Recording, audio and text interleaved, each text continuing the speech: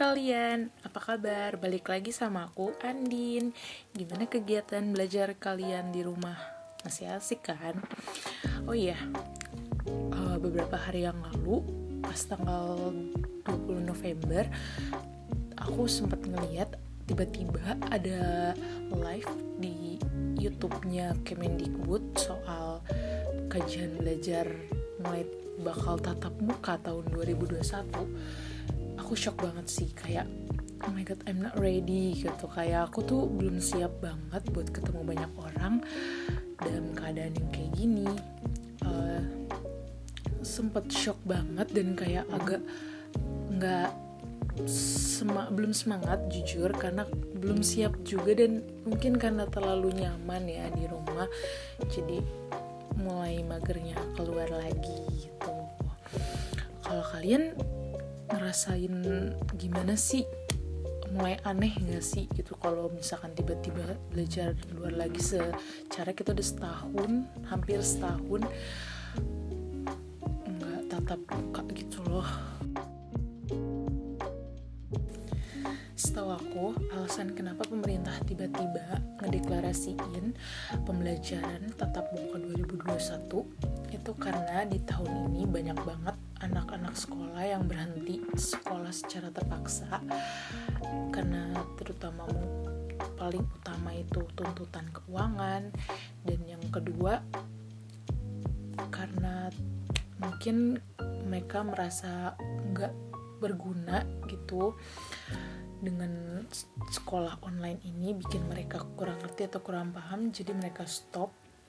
Tapi yang paling utama sih kayaknya soal keuangan. Mereka jadi ngebantu orang tuanya untuk nyari uang, karena secara di tahun ini tuh lagi sulit banget, lagi anjlok banget semua orang.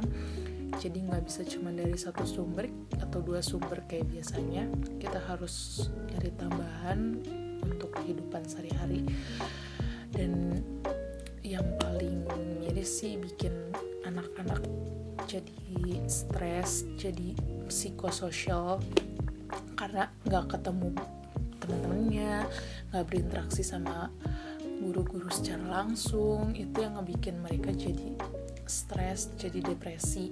Bahkan ada yang bunuh diri waktu itu karena dia stres sekolah online. Pertama, ilmunya belum tentu sampai, dan materi-materinya juga nggak jelas. Yang kebanyakan dikasihnya cuma tugas yang nggak berhenti-berhenti, yang mungkin mereka kan kaget, nggak ngerti apa-apa, tiba-tiba dikasih tugas banyak banget. Itu yang menjadi alasan pemerintah buat mulai tatap muka lagi, walaupun sebenarnya belum 100% pasti itu bakalan dilakuin atau enggak. Pembelajaran tatap muka di 2021 telah diserahkan tanggung jawabnya kepada pemerintah daerah, sehingga mereka yang memutuskan untuk aman atau tidaknya diberlakukannya pembelajaran tatap muka ini tergantung dengan keamanan daerah-daerahnya mereka. Jika memang aman dan memungkinkan untuk memperlakukan pembelajaran, mereka harus tetap mendapatkan persetujuan dari wali murid dan orang tua mahasiswa ataupun siswa-siswa lainnya. Jika memang memungkinkan, pembelajaran pun nggak bisa digabung 100% seperti biasa, harus dengan pembagian kloter, dengan contohnya seperti ganjil dengan ganjil, genap dengan genap, dan harus mentaati proker seketat mungkin, harus menyediakan tempat cuci tangan, harus mewajibkan semuanya pakai masker, dan cek suhu terutama ya sebelum masuk ke area sekolah ataupun kampus. Sepengetahuan saya, sekolah yang sudah melakukan kegiatan pembelajaran secara tatap muka itu ada di daerah Tangerang. Letaknya di sebelah mana saya kurang paham.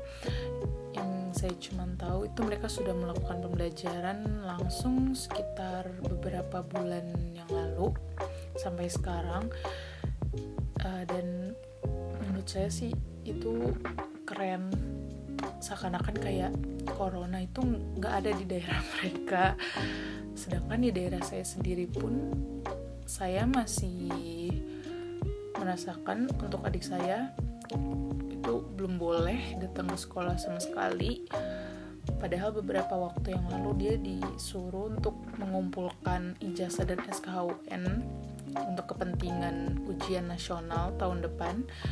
Tapi karena di sekitaran sekolahnya itu ada yang kena, jadi mereka dibatalkan pengumpulannya, diundur lebih tepatnya, dan gak boleh siswanya yang datang, tapi harus walinya, dan itu pun cuman nganter, gak boleh terlalu lama di sekolahnya.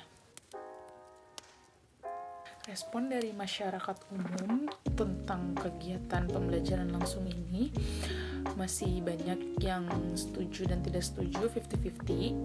Untuk yang setuju, mungkin karena mereka sudah merasa keteteran atau tidak efisien dengan adanya kuliah atau pembelajaran online ini.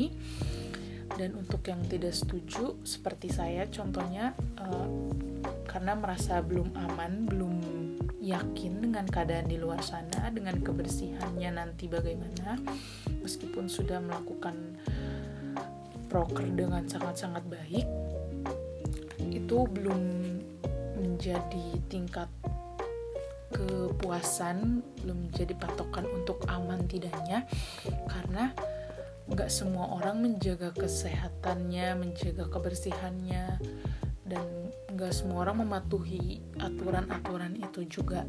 Jadi ya mungkin untuk saat ini belum efisien kegiatan tatap muka itu, tapi kita nggak tahu untuk kedepannya kan gimana. Respon saya sebagai seorang kakak dan seorang mahasiswi dalam menanggapi wacana pembelajaran tatap langsung di 2021, menurut saya ini belum aman dan belum meyakinkan karena belum ditemukannya vaksin dan obat yang pasti untuk penyakit COVID-19 ini.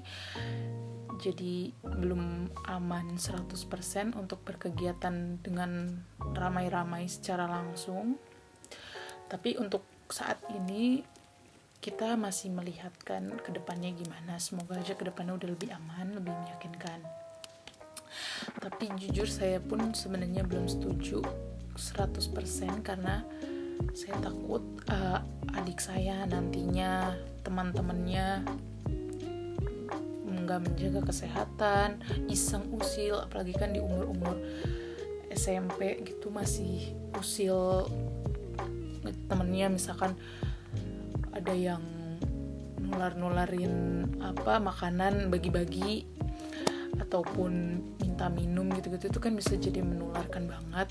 Jadi menurut saya tuh belum aman dan pasti juga. Dan untuk anak kuliahan bisa jadi mereka itu kan sering merokok di koridor ataupun di daerah kampus, di area kampus. Asapnya itu bisa menyebar kemana-mana dan takutnya ada yang kena dan itu bisa nyebarin virusnya kemana-mana. Menurut saya itu belum aman banget dan kesehatannya pun belum terjamin. Mereka jaga kebersihannya, belum mereka yakinkan akan benar-benar bersih 100%. Semua orang itu enggak. Jadi saya berharapnya kegiatan pembelajaran secara langsung ini diadakan ketika benar-benar udah aman banget dan udah ditemuin vaksin dan obatnya. Jika saya suatu saat nanti bisa menjadi Mendikbud dan melihat situasi seperti ini, yang akan saya lakukan mungkin melihat situasi yang ada, melihat kondisi perkembangan kesehatan dan keamanan di setiap daerah, apakah aman dan memungkinkan untuk melakukan pembelajaran, melihat semua kemungkinan yang ada mulai dari hal-hal kecil sampai hal-hal besar, dan juga memperhatikan dengan baik kegiatan yang akan diberlangsungkan itu harus 100% ataupun setengahnya, dan memberikan arahan yang ketat untuk sekolah-sekolah dan kampus untuk untuk lebih bijak menjaga kebersihan dan keamanan. Namun, jika memang tidak memungkinkan untuk melakukan pembelajaran, hal yang akan saya ambil adalah untuk tetap melakukan kegiatan pembelajaran secara online, namun dengan lebih memperhatikan orang-orang yang berada di pedalaman ataupun yang sulit mendapat jangkauan internet dan kurangnya teknologi yang canggih untuk mengikuti pembelajaran ini, sehingga mereka untuk bisa mendapatkan perhatian lebih, bantuan lebih, dan bisa ikuti belajar online bersama dengan nyaman. Saran saya untuk pemerintah dalam memberlangsungkan KBM ini, seperti pemerintah harus lebih memperhatikan kepentingan dan keperluan untuk mahasiswa ataupun siswa yang masih berada di pedalaman, yang masih sulit jangkauan internet dan teknologinya, untuk bisa lebih diperhatikan lagi, untuk bisa memberikan bantuan lebih kepada mereka, dan juga untuk bisa mengarahkan guru-guru dan dosen-dosen memberikan pembelajaran itu tidak terlalu menekan murid-muridnya dengan tidak terlalu banyak memberikan tugas ataupun memberikan pembelajaran yang di luar dari materi yang harusnya diberikan. Soalnya kebanyakan dosen-dosen atau guru hanya memberikan tugas tanpa memberikan materi dan arahan kepada murid-muridnya, sehingga murid-muridnya itu kurang paham dengan apa yang mereka ajarkan, tapi tiba-tiba mendapatkan tugas terus-menerus yang membuat mereka stres, dan akhirnya itu yang membuat murid-murid itu menjadi depresi dan bikin malas sekolah. Itu sih yang harus diutamakan. Kalau bisa hanya kegiatannya yang tidak diberlakukan secara langsung, tapi caranya masih tetap sama dengan tetap langsung. Yang dibedakan cuman ininya. Sekian dulu video tentang wacana KBM Tatap Muka 2021. Semoga semuanya bisa kembali menjadi seperti semula, bisa bertatap langsung tanpa harus ada protokol kesehatan, tanpa harus menggunakan masker, tanpa harus jaga jarak, dan semuanya bisa aman lagi, bisa ketemu teman lagi dengan gampangnya, dan pastinya semoga obat dan vaksinnya cepat ketemu buat teman-teman atau buat orang-orang luar sana yang mungkin sudah kena, semoga cepat sembuh, dan buat kalian semoga selalu sehat dan selalu positif. Oke, sampai bertemu di video selanjutnya. Bye bye.